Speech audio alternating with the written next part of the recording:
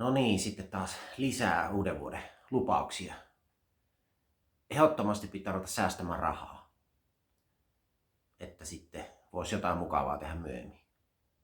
Ja muutenkin pitäähän sitä olla vähän niin kuin tämmöistä pesämunaa sun muuta, mutta rahaa pitää kyllä säästää. Nyt kaikki ylimääräiset pois, nyt kaikki suoratostopalvelut pois ja ei mitään Spotifyta ja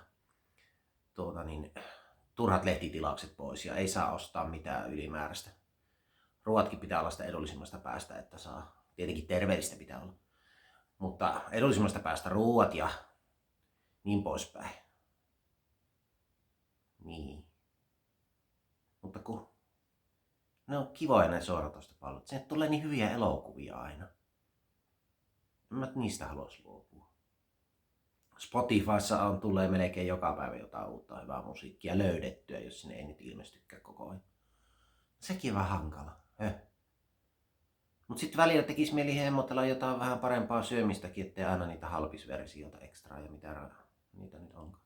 Kuppia ja bla bla bla. En tiedä.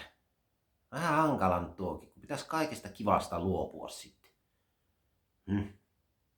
Pitää miettiä.